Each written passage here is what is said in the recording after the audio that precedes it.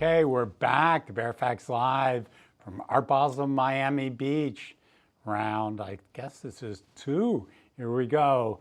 Again, a big thank you to BitGo, the first digital asset company to focus exclusively on serving institutional clients, like many of our followers should be in institutions, but they're sponsoring this edition of the Baer Faxt Live.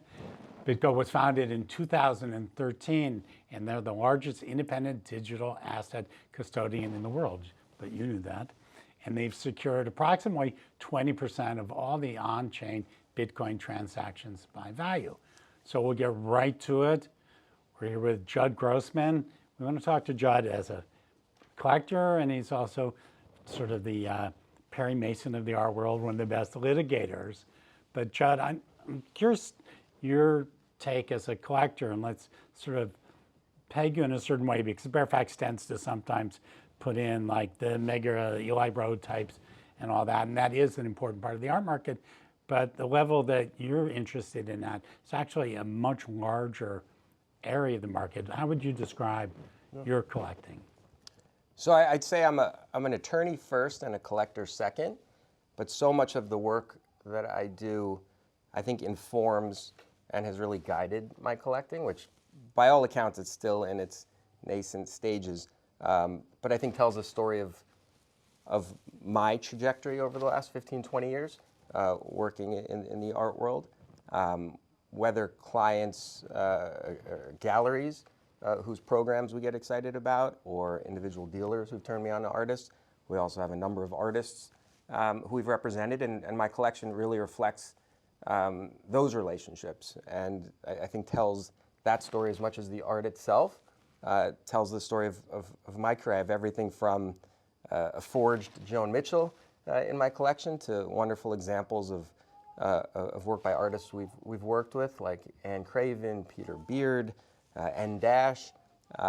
We've done a lot of work with Gemini, so of course we have in my collection prints by Rauschenberg and Johns and others. So it's really a nice story of... So you have dozens of works, hundreds of works? Dozens. Dozens. Dozens, but growing slowly. But you're like a once a week kind of collector, or a twice a year kind of guy?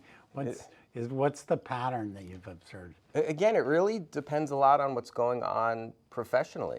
I think pretty active this past year, mostly buying. I have one work actually here on consignment, but it's really, I'm not in a selling mode, mostly still collecting, and really enjoying doing that, the relationships that I've developed along the way. And just to sort of tie it up a little bit more, sort of price range that's your sort of sweet spot? Come on, no one's listening. No, it depends. You know, we have everything from a couple $1,000s to, you know, high 6 figures, somewhere in that range. Because that really gives a sense of how the market has grown. I mean, since you started, what would you say your observation of the trends and the actual size of the collecting public? And I think you're a good example of what's going on. Yeah, for better or worse, I think the barrier to access has lowered a bit. Not in a bad way, but in a way where there are more market participants from different areas, both professionally, personally, geographically, than there were. And so you see a lot of activity at what I'll call this more entry-level price point. I think a lot of the work you do in pulling back the curtain to open up people's eyes to what's going on in the art world really has gone a long way in inviting people into the market. We'll come back to that a little bit. Let's dive for a second into the fair. You were probably there when the bell rang at 11. I was in line with everyone else ready to check. God forbid you actually don't get in until 11, 12. What are your observations personally? Were you out? Did you have works on hold? Obviously, you said you work on consignment, so you tried to stay away from that booth, not to nag them, right? That's right. I stayed away there. Most of what I did this morning was more on the professional side, checking in with clients who are here. Any number of gallery clients, as well as collectors and dealers. So my focus was there more than on myself. The rule I tell people is you may speak to all these people in the aisles, but you may not speak to them when they're in the booth. That's Josh's rule number one. Yeah. So hopefully when you were talking to all your clients, I think nobody really wants to see their lawyer when they're here to buy and sell art. For better or worse, had to put out a couple fires this morning. But yeah, no, it's good to see everybody. By all accounts, I think it's been quite busy. I don't know if that translates yet into sales. But foot traffic is, I think, up from what it seemed to be last year. Really, it felt not that crowded at the beginning to me, but they've sort of reoriented where the booths are, Right. so I'm a little bit confused. Did Yeah. you find it like, where's this gallery a little bit? Yeah, it's not the easiest floor to navigate. I don't think it's hard. It's not hard, but it's vast. just different. Yeah, it's big, it's different. I think the foot traffic, certainly on my way here to come get you before we started, got in the way a bit, but this morning was a nice pace. And did you sort of observe any sort of artistic trends in what you were seeing as you were walking past all these booths, looking to serve paper to some people? Yeah, I have to tell you, my eyes were more on the people in the first couple hours than they are on the art. I'll get back to that after we meet. Since you asked me what I thought, the sense is it's a bit decorative.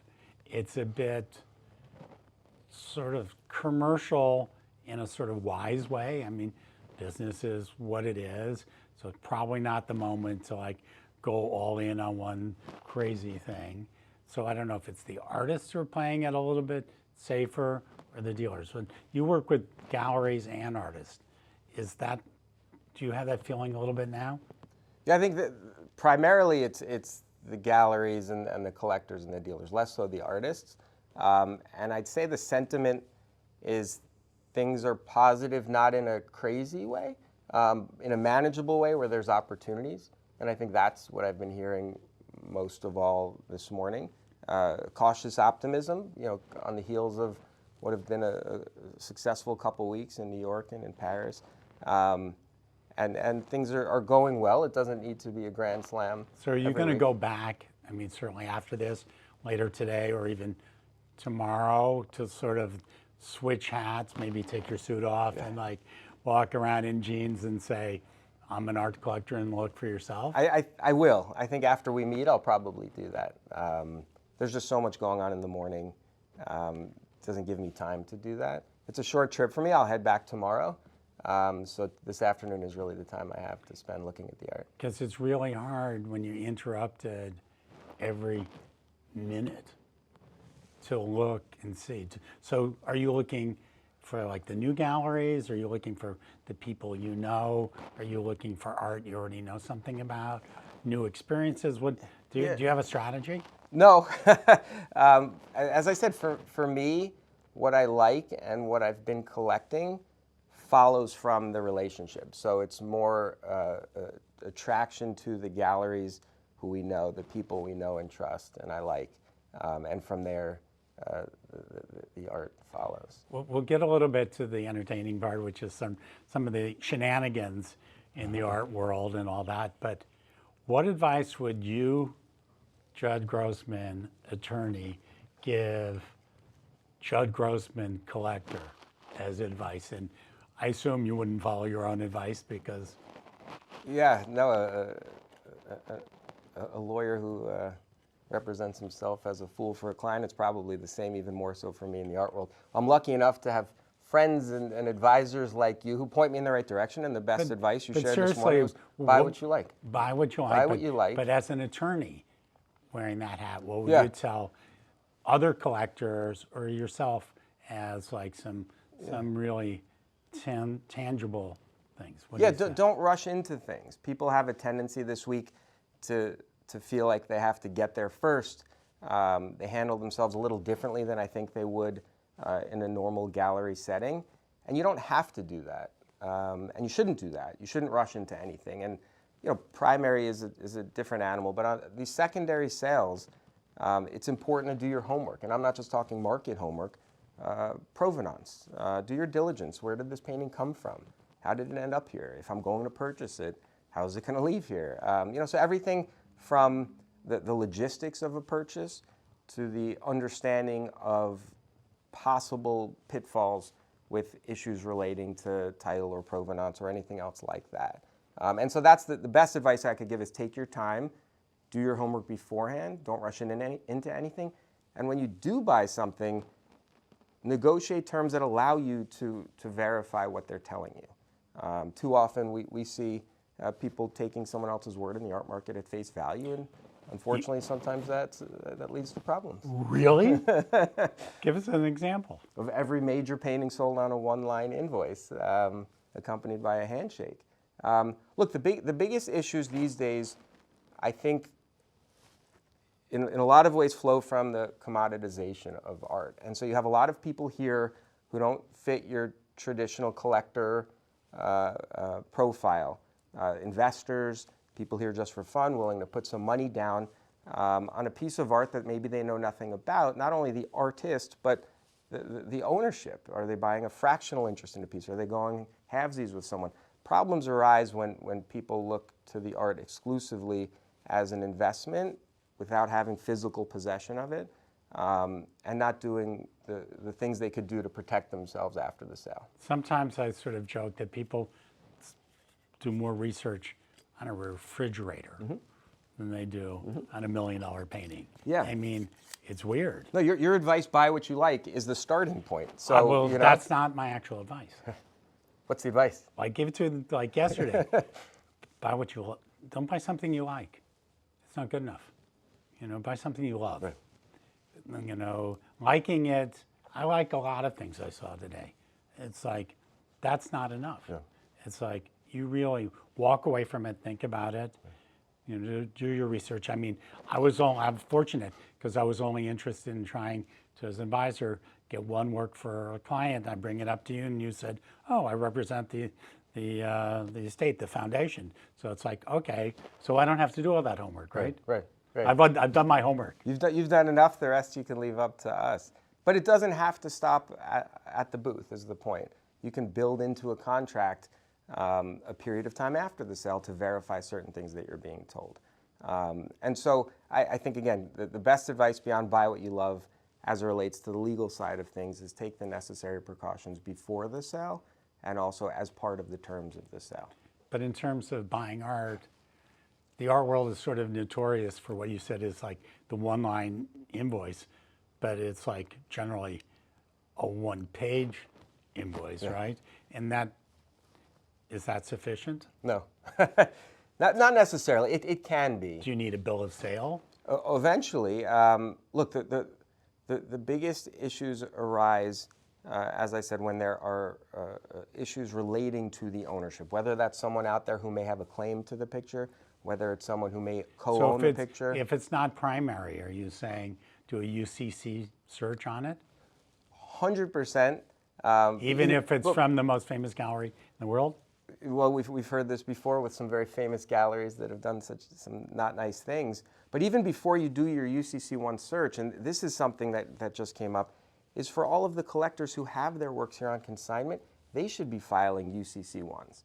So for anyone out there who doesn't know what a UCC1 is, you should.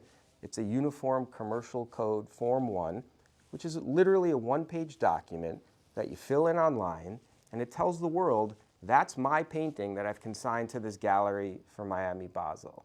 And even if the gallery sells that painting, you should know that I'm the owner. It's important for any number of reasons. We don't have to get into the weeds on it, but there have been some very high-profile cases stemming from major art frauds where failure to file a UCC1 totally impaired the true owner's rights to recover the work.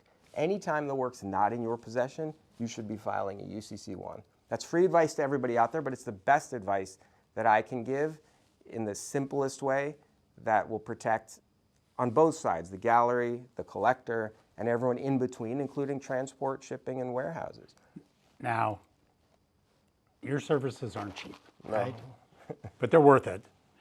Do you think that, this is sort of a two-part question, do you feel that everybody should use an attorney pretty much every time over a certain price threshold, either their own personal or art one? 100%, and that doesn't necessarily mean, a ton of time and money being spent, but a pair of eyes on a document that everybody thinks they understand, but in many cases don't. So can AI do that? Not only can AI not do that, but there's also no such thing as a one-size-fits-all contract. So even if you've used a lawyer to draft that contract for you, Basel 2023, things may have changed. There's a very noteworthy, important case we're involved in where all sides were well-intentioned. The gallery director wrote on the invoice, to be donated at some point in the future. The collector didn't, and when the lawsuit was brought, everybody learned of this esoteric property law principle that says that it wasn't enforceable as written. So something like that again, nobody was trying to be a bad actor there, but it just wasn't written properly. Had a lawyer been involved at the outset for 30 minutes, for 1 hour, that multi-million-dollar dispute would have been averted. And then there's the big frauds. Yeah.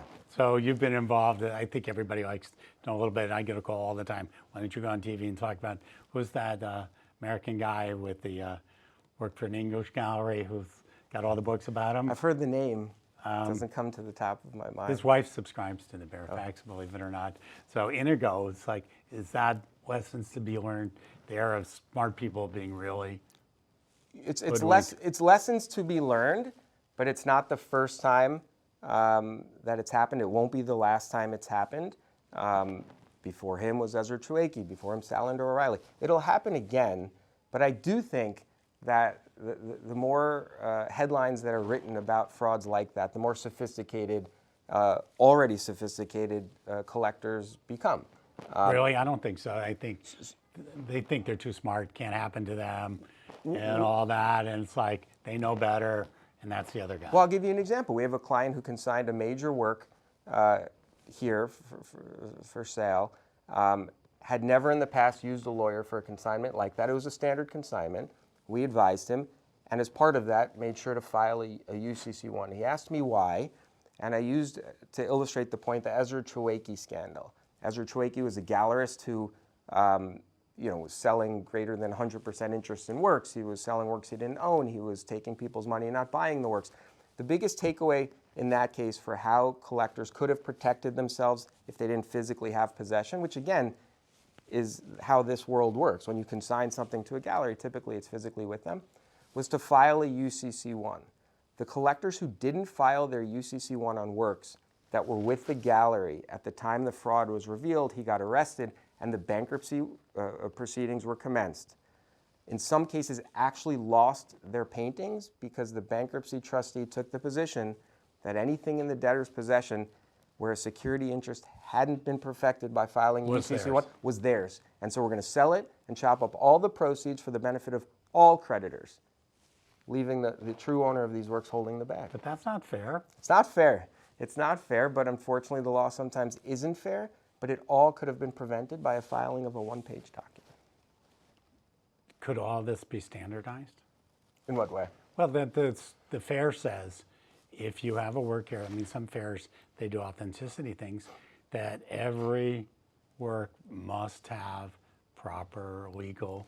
So there are some reasons why collectors and galleries don't like to file these. It's because their ownership then becomes a matter of public record. So if you right now went on the New York State Department of State website and did a search under UCC filings and search for some of these major galleries, you'll see the works they have on consignment and who owns them. And some people don't want their So everybody's now typing in Yeah. all the things they're trying to find, the people they really don't like, and then they're going to try to put it on Instagram, right? But in all fairness, look, the art market is opaque. A lot of people want it to remain that way. But courts have said, buyer beware in those circumstances. And there is a way to be transparent without flaunting your personal life and your collection in a way that protects your interests. It's a win-win. I bet you haven't always played by your own rules. It's fair to say. It's like in the same way that your wife is a doctor and she probably doesn't follow her own rules either. You couldn't be more correct. My father, who's probably listening, will be the first to tell you we haven't always done things the right way when he's purchased something. But no, as your lawyer, I'll tell you what to do. Whether you want to follow that advice is up to you, but at least you're informed and knowledgeable about the risks, because the risks are real. Yes, and the numbers just got bigger. It's like the price of doing business correct as a percent of the risk is way different on something that used to be 10,000 that's now 400,000. Well, that's right. We have some clients who buy primary and have asked me, are you sure you shouldn't be involved in this transaction? And I'm talking 5-figure primary works. I said, no, we don't need to be involved in that. I've had clients who have attorneys in their family and they're buying a primary work and they want all these warrants and representation, blah, blah, blah. And it's like, this is the primary gallery for that artist. Those requirements are a little silly in that case. I think that's right. I also think lawyers as a general matter interfere and get in the way and blow up deals. That's not our approach. But as I said, there are certain things that still fit within that one page rather than making this a 5-10 page document looking like a real estate transaction. Have you ever wanted to collect art that relates directly to like legal work? Like, since you're sort of Perry Mason, like courtroom paintings, or is there something in there that's like ever said, I didn't realize I liked all those, and they relate to what I do? I don't, just like I don't watch any of those legal dramas on TV. When I'm out of that world, I try and keep it out. But there's so many works I do have that I think bear upon those legal issues. I think that collections, and this is something I ask you to reflect on, they tend to tell a story. There tends to be a narrative. It may not be obvious to the person right away, and there may be multiple narratives, and there can be exceptions to that, like I only collect blah, blah, blah, except I like this. Is there a narrative to what you collect? The narrative to my collection is the story of my professional career. As I said, it's everything from forgeries to artists we've helped, to galleries, introducing me to works that I otherwise wouldn't have been turned on to. One of my favorite works was a small work I bought at Sotheby's that had been in the collection of David Solinger, a lawyer who was the former president of the Whitney. I loved that story, and it informs my collection. I have a work from Alan Stone's collection, who was a lawyer before he became what he was. And I really loved his story in a way that, in some regards, So you like the mirrors mine. history of the object as well as the object. Sometimes even more so, yeah. What about clients you have whose work you don't like? Is that an issue for you? Do you sometimes say, man, that's a good client, but I don't like their art? So maybe aesthetically, but again, you and others have advised me when you stand in front of a piece, sometimes ask what, why.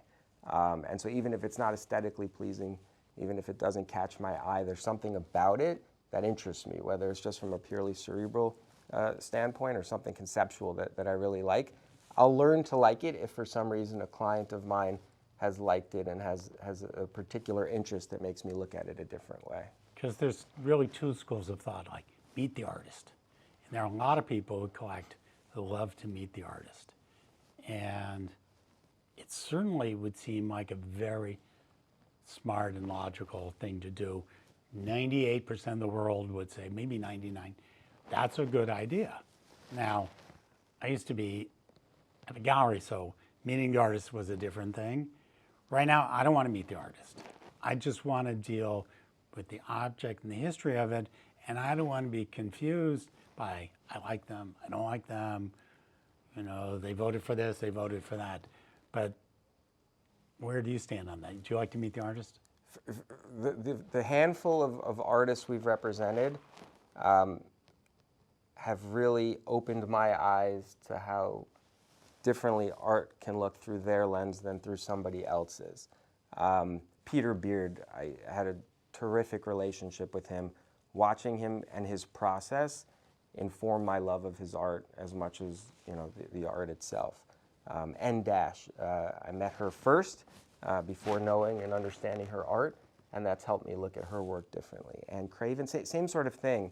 I remember in English class in high school, my teacher saying, as long as you have a basis for arguing what the story means or what this means, it's probably right. That's not always the case. Artists have their own vision, their own story, and to know them and to hear it from them and see it through their eyes really turns the art into something very different than what most people see.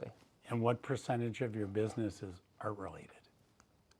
Art on behalf of artists or general? In general. Oh, It's a big chunk. It's probably, I'd say the last 5 years, it's been 75 to 85% of our revenue. Historically, the goal had been to keep it 50-50. I think we've had some success in this area, and our clients have followed. So now it's really a big chunk, but I absolutely love it. We've been able to be more selective in who we're representing. It's not my line. It's a very famous lawyer, David Boies' line. Everybody's entitled to a lawyer, but they're not all entitled to me. And I think that attitude has helped us build a group of clients that we really like and like working with. Well, on that, I think it's time to let you go back to buying some art, because we want you to take those big fees and turn it back into the system. So listen, he's the go-to guy. Out of transparency, he's done a lot of work for me and our company, and I'm personally grateful to Judd. So he's there. I believe in him. He's a good guy. We'll see about his collecting. Well, it's like, if you got me to help you, I don't know, but it's like, get out there, again, buy what you love, not what you like. So thanks again to BitGo, these guys, for their sponsoring of this edition of Baer Faxt Live. And since 2013, which is in crypto world like the Middle Ages or maybe the Stone Ages, they've been the largest independent digital asset custodian in the world. They do not hold on to bananas, that's true, but they do secure approximately 20% of all the on-chain Bitcoin transactions by value. So we'll see you again shortly with our last episode of the Baer Faxt Live from Miami Beach.